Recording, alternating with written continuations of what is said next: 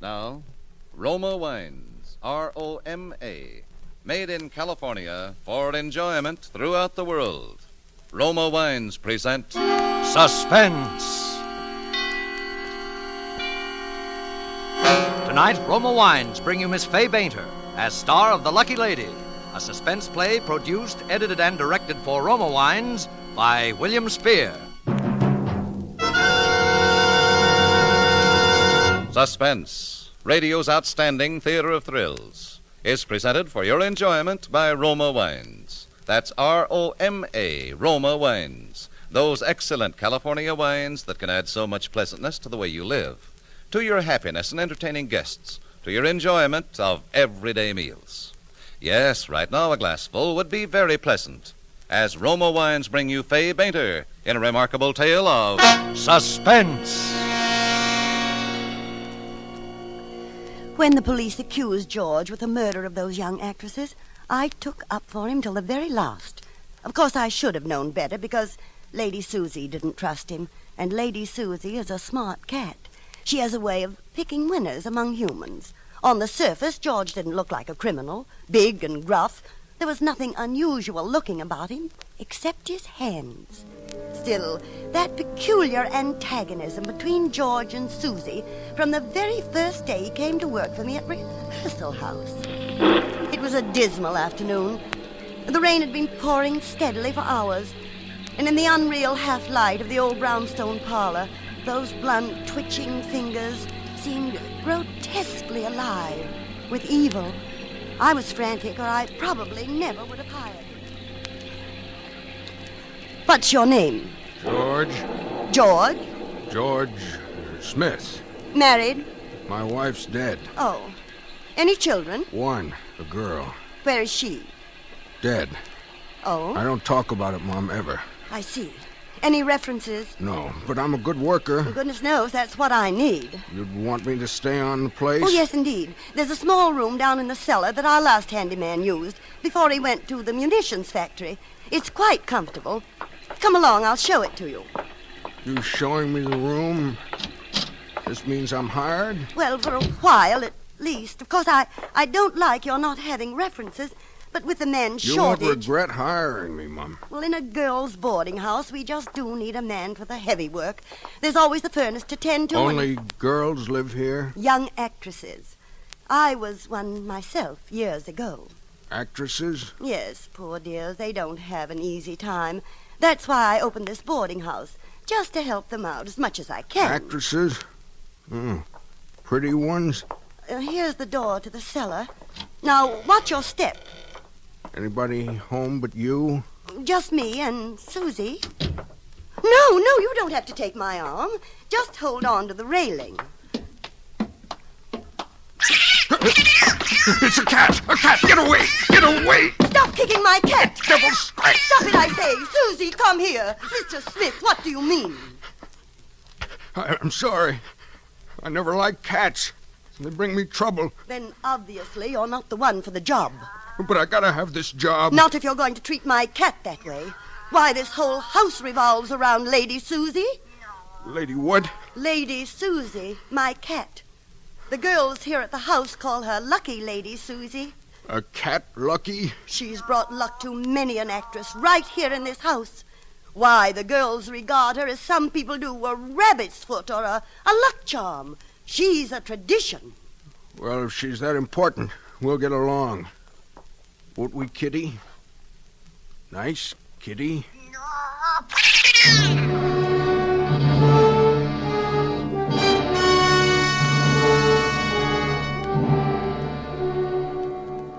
No, I wouldn't have hired George, but I had to have a handyman.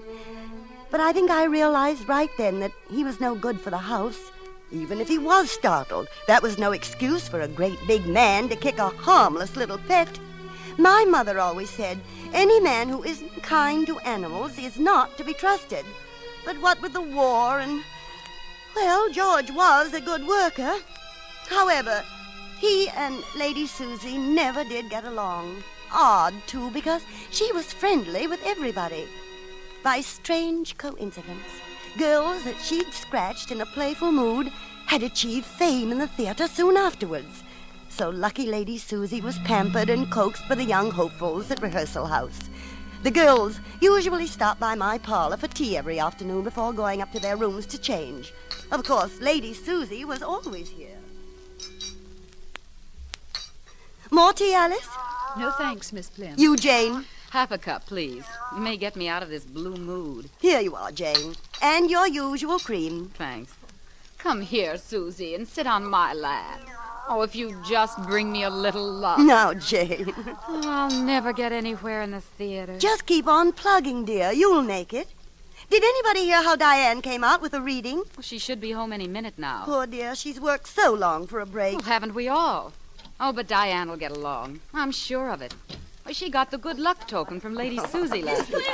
Girls, you darling. Diane! I made it. Oh, I got the part. no, dear. Now tell us all Oh, isn't it about it. wonderful? Oh, and all because of Miss Plim, the guardian angel of struggling young Who actresses. feeds us 3 meals a day. And never submits a bill. And has the most wonderful cat in the world. Susie, you know, don't you, that you're making me a famous actress? Now, Diane, Susie just gives you confidence in yourself.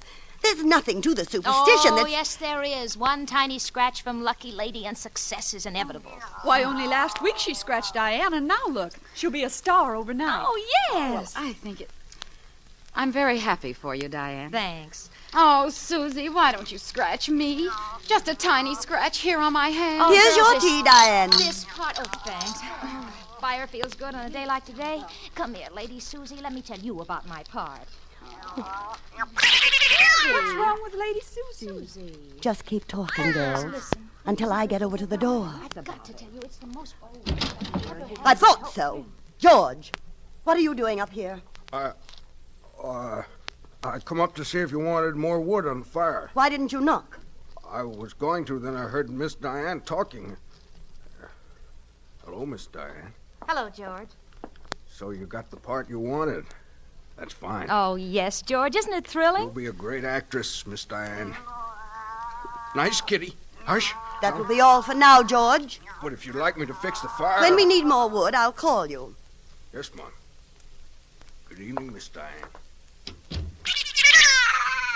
He knows everything about us, doesn't he? I don't like it. The idea, his listening at the door. Oh, come on now, Plim. He's harmless. He's lonely. Poor man does everything he can for us. You trust everybody, Diane.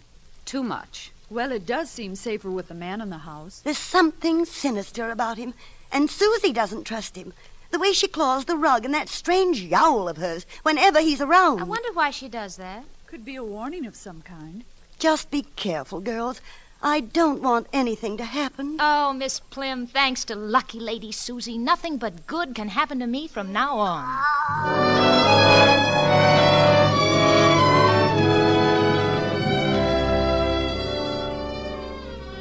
Diane did become a success. The play was a hit, and overnight her fame had spread from Broadway to Hollywood. There were radio contracts, movie offers, magazine spreads. Diane was the toast of the hour. Lady Susie was enjoying her share of the fame, too. But Diane's press agent knew the value of a good story. He played up the superstition of Susie's ability to pick a winner.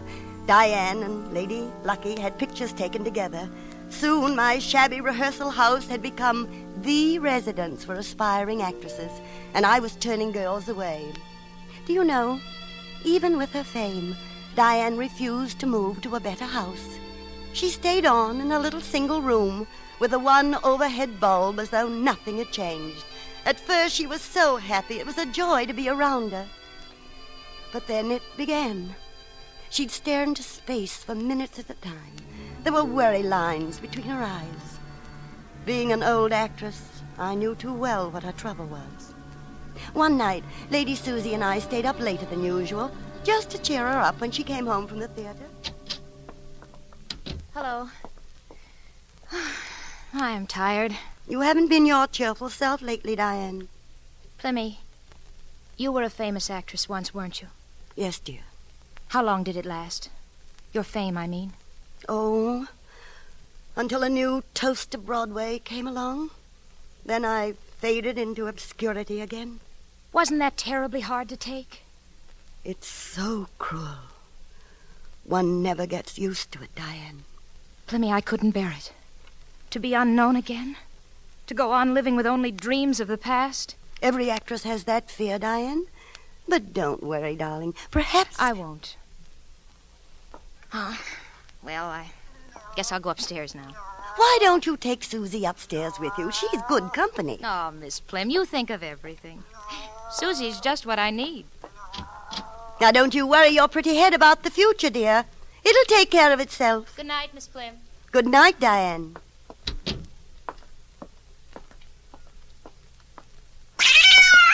Miss Diane? Oh, George. I didn't mean to scare you. Oh, it's so dark out here in the hall. I didn't see you. You like that cat, Miss Diane. Oh, Susie's a good luck cat. Cats bring nothing but evil. You're up late, George. I stay up lots of nights till you come in. Oh? You're so pretty, Miss Diane. Your hair, your face. You walk nice. George, you shouldn't... Susie, hush. She always yowls that way. She don't like me, Miss Diane.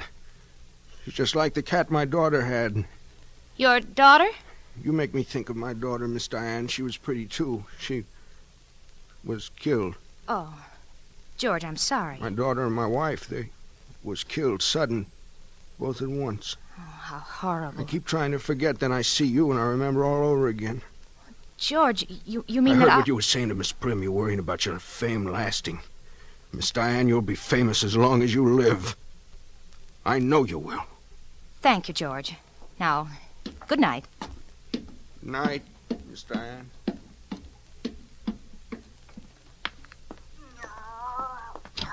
Susie, shh. Susie, be quiet. Why are you so afraid of George? Susie. Oh, heavens. Susie, the light bulb's burned out. Oh, dear. Miss Plim? Oh, Miss Plim? Yes, Diane? The bulb's burned out and it's awfully dark up here. What'll I do? Oh, that's a shame, Diane. I'll send George up with a new bulb right away. George? No, George will fix it. What's the matter with you, Susie? I thought cats could see in the dark. All right, let's go over by the window. Some light from the street lamp over there. There we are. Oh, this is better, huh, Susie? I wish George would hurry with that light. Susie, what's the trouble? Kitty, what? Who's there? George? Susie, hold still. You're scratching me. George? George, I know you're in this room. George, let go of me!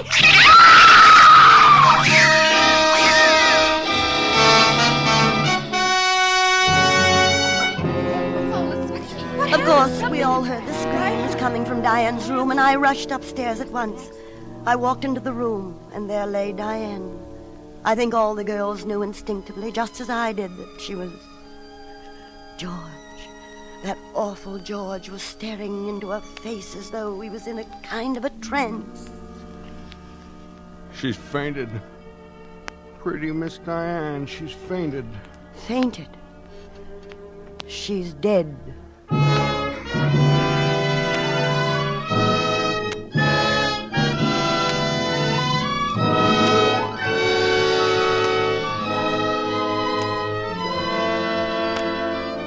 For suspense, Roma Wines are bringing you as star Fay Bainter in The Lucky Lady by Ruth Bartlett Vemick. Roma Wines' presentation tonight in radio's outstanding theater of thrills, Suspense.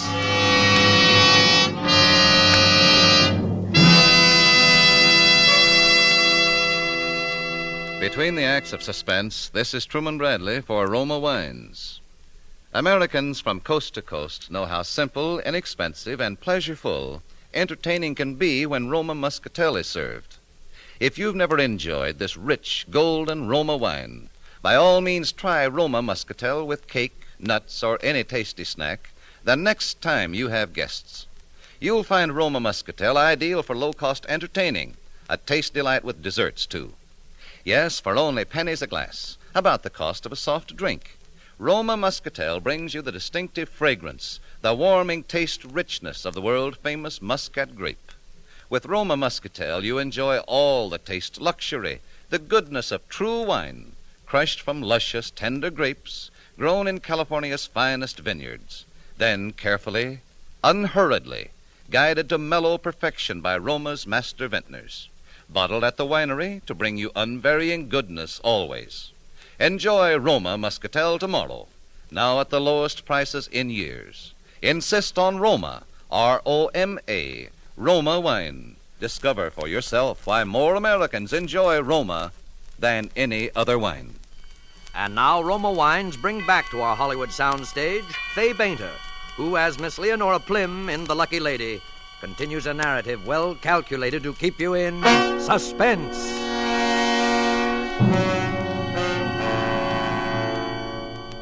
It was certainly a sad and dramatic scene as we all stood there in Diane's room looking down at her, even more beautiful in death than she had been in life. George had that awful, vacant look on his face. Dead? She's dead? George, what happened? I sent you up here to fix a light bulb for Miss Diane. Then I heard a scream. What happened? When I came up, it was dark. She left the door open and I stood in the room. I could see Miss Diane from the street lamp, but she couldn't see me. She was talking to the cat. I didn't mean to hurt her. The light was shining on her pretty hair. I just tried to touch it. Now she's dead. Pretty Miss Diane.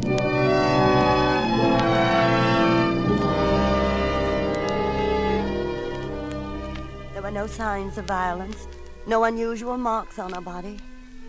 Diane lay as if she was asleep. When you police came, you were sure at first that poor George was guilty, but you could find no evidence to back up your suspicions. Besides, even though we didn't like him, everybody in the house took up for George. The girls just couldn't believe that he was guilty. Then, too, the next day, a suicide note was discovered. The inspector found it between the pages of a recent success story about the lovely young actress. It said, "I don't know how much longer the success is going to last, but I do know I couldn't stand being a nobody again. Just any day now, I'll be taking my final curtain call voluntarily. For only through death can an actress achieve lasting fame." The note was signed, Diane. Later, it was announced to the papers that Diane Carville's death appeared to be suicide. However, before this announcement was made public, the inspector had paid me a visit. It's about George, Miss Plim. Yes, Inspector? The state's attorney is satisfied with the suicide verdict. But I'm not. But, Inspector... The screams George found in the room, it doesn't make sense that Diane Carver killed herself. Yes? But I can't prove anything. There's no evidence. Just this uncanny hunch. What do you want me to do, Inspector? Look, I want you to let him go on working here as though nothing had happened. But, Inspector... Let him know you think he's innocent, that the case is closed. I can't see Give him how... plenty of rope. If he's guilty, he'll hang himself. Inspector, the safety of my girl... Yes, it's dangerous, possibly. On the other hand, he may be innocent. There's no evidence. No evidence. When his wife and daughter died, there was no evidence either.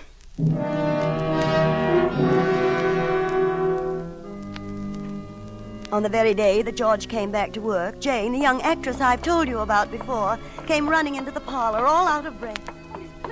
Why, Jane! I got it.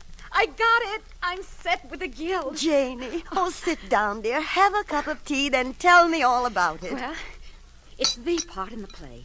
And Elliot Nugent said that... Oh, Lady Susie, you wonderful creature. Lady Susie? Yes, last night. Look, here on my arm. But you didn't say anything about I didn't tell anybody. Oh, I've been trying so long that I couldn't be sure even Lucky Lady could change my luck. But she did. Well, of course, the cat had nothing to do with it, dear.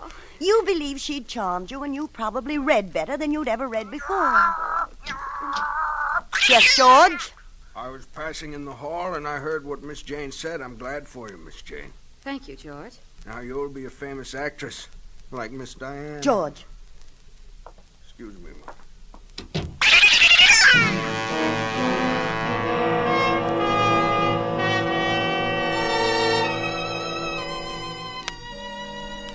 Well, it happened to Jane, too. Just as Diane had done, Jane became the toast of the town. Then, right at the peak of her career, she died, mysteriously, and at rehearsal house. There was the burned-out light bulb, the horrible yowling of Lady Susie, But this time, George disappeared before the police arrived. A citywide manhunt began for George. And in the meantime, just as I'd done for Diane, I wrote a letter of condolence to Jane's parents, sending all the newspaper clippings, telling them what a blessing the poor child had succeeded in her life ambition before such a dreadful thing had happened. Jane's mother sent me a long, appreciative letter as Diane's had done, and I pasted the two letters side by side in my scrapbook. It was about the 6th day after Jane's death that the inspector called me on the phone. Now listen carefully, Miss Plim. What is it now, Inspector? Are you alone? Yes. Listen. Lock yourself in your room and stay there until the police car arrives. A man who looked like George Smith was seen in your neighborhood a few minutes ago. Oh, Inspector, There's no time to talk. Lock yourself in. It may be your life next. This man is dangerous. But I've never handled a dangerous man before. Don't under any condition leave your room. He's probably sulking through your house right now. Oh, dear, That's all, Miss Plim. Oh, but Inspector, oh, dear. All alone and...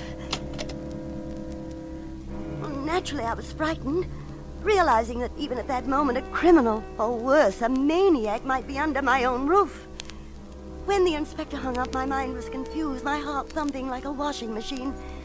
It was then that I heard lucky Lady Susie. She was howling the way she always did when George was about.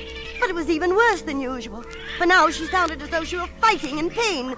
The sound was coming from the direction of the cellar where George's room had been. The warnings of the inspector forgotten, I ran down the hall toward the cellar door. All I could think of was that my poor little cat was probably being tortured. Susie! Lady Susie! Susie! I opened the front door, then I stood there weak and chilly all over. For there was George, angry as I'd never seen him. With his big hands, he was trying to push poor Lady Susie into the furnace. She was writhing and scratching with all her might. You at last! I hated you since the first minute I came to this house. You brought nothing but bad luck. You made everybody mistrust me. George! George, drop that cat this instant! Miss Prim. George, I'm ashamed of you. Poor little Lady Susie. Oh, you poor little pet. Come here, kitty. There. But George, I'm terribly angry with you, any grown man who would try to push a poor little helpless kitty into a burning furnace. The cat's brought nothing but trouble. Oh. Why, George, you don't look so well. The cat would be better off dead. It's brought nothing but evil. George, why don't you come upstairs? I was just making some tea. Tea? Come along, George. We'll talk it all over in the parlor. You know the police are after me. Of course, George. But they'd never think of looking in my parlor for you. They blame me with Miss Jane's murder. All right. Let's get the tea over with. We'll just let it steep a second. George, I can't forgive you for trying to kill my cat. Why would you do such a cruel thing? I hate cats. They're evil. I understand you're a dangerous criminal, George. What do you prefer, cream or lemon? Creamer. It was my daughter's pet cat that turned over the kerosene lamp and set the house on fire. My wife and daughter were burned. I got the blame. There's your tea. Nice hot cup. Just the same, George, you shouldn't have mistreated Lady Susie. I'm going to turn you over to the police, you know. How's your tea? It's bitter, Mom. I don't like tea. No, don't turn me in, Mom. I tell you, I gotta get that cat. She got me in all this trouble. Drink your tea, George. Drink your tea. Yes, Mom. Come on, open up in here. Is that the police? Yes, George. I'll have to let them in. I've got to get out of here. My head out. My goodness. George is dead. Oh, well. Oh, don't tear the door down. I'm coming.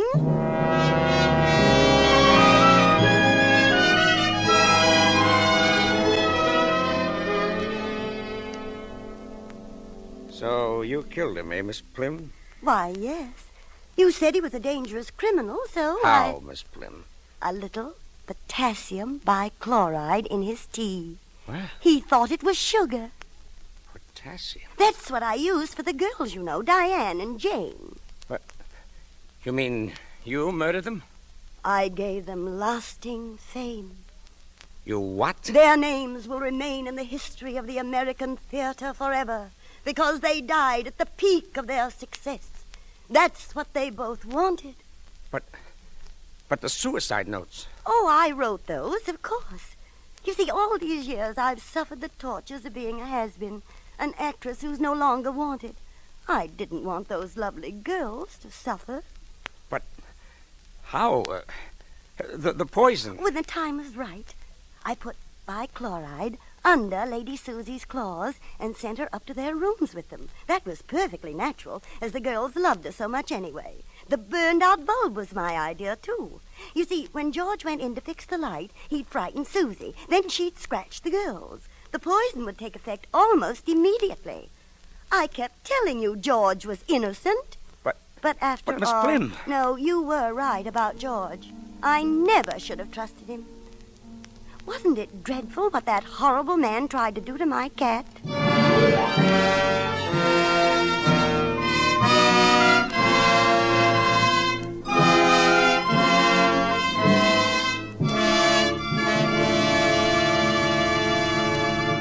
Suspense. Presented by Roma Wines, R-O-M-A, made in California for enjoyment throughout the world. Before we hear again from Fay Bainter, the star of The Lucky Lady, tonight's suspense play, this is Truman Bradley for Roma Wines. Here's an interesting comment on gracious dining from famous Elsa Maxwell, who says, among smart American hostesses who know how much wine adds to mealtime pleasure, I notice more and more now serve Roma California Burgundy regularly. Dining with Roma Burgundy is a gracious, inexpensive custom I share and enjoy with my friends. Roma Burgundy adds new zest, brings out the flavor fullness of food, and lends charm and friendliness to the dinner table. Enrich your next dinner with the appetizing fragrance and tempting taste of good red Roma Burgundy. You'll agree it's true taste luxury at low cost. For Roma Burgundy costs just pennies a glass. So much for so little, because Roma is America's first choice wine. And you make substantial extra savings when you buy Roma Burgundy in the half-gallon or gallon economy sizes. Enjoy Roma Burgundy tomorrow. Insist on Roma, R-O-M-A, Roma wine, made in California for enjoyment throughout the world. This is Fay Bainter. It's been a pleasant and stimulating experience as usual to make an appearance on Suspense, where an actress never knows until she's read the very last paragraph whether she's a deep-dyed villainess or a lady in jeopardy. Mr. Spear has just been telling me that next Thursday an actor who is an uncomparable favorite with all of us will be your star. That'll be Colonel James Stewart, late of Uncle Sam's fighting forces. Jimmy Stewart will appear in a role that I think will surprise you, one unlike any he has ever done before. I certainly won't miss next Thursday's suspense show, and I know you'll make it a point to listen to. Fay Bainter will soon be seen in the Paramount production, The Virginian. Next Thursday, same time, Roma Wines will bring you Mr. James Stewart as star of Suspense, radio's outstanding theater of thrill. Produced by William Spear for the Roma Wine Company of Fresno, California.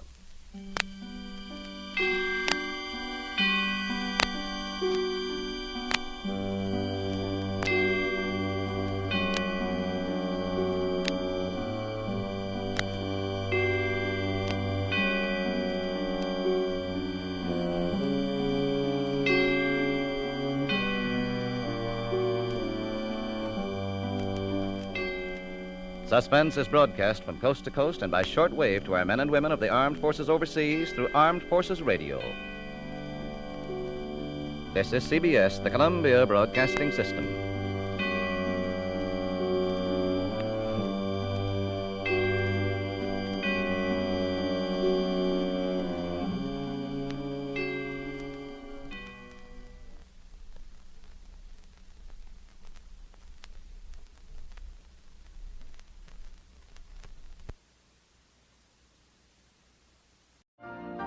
You've been listening to the OTR Gold Network. Find more classic radio at otrgold.com.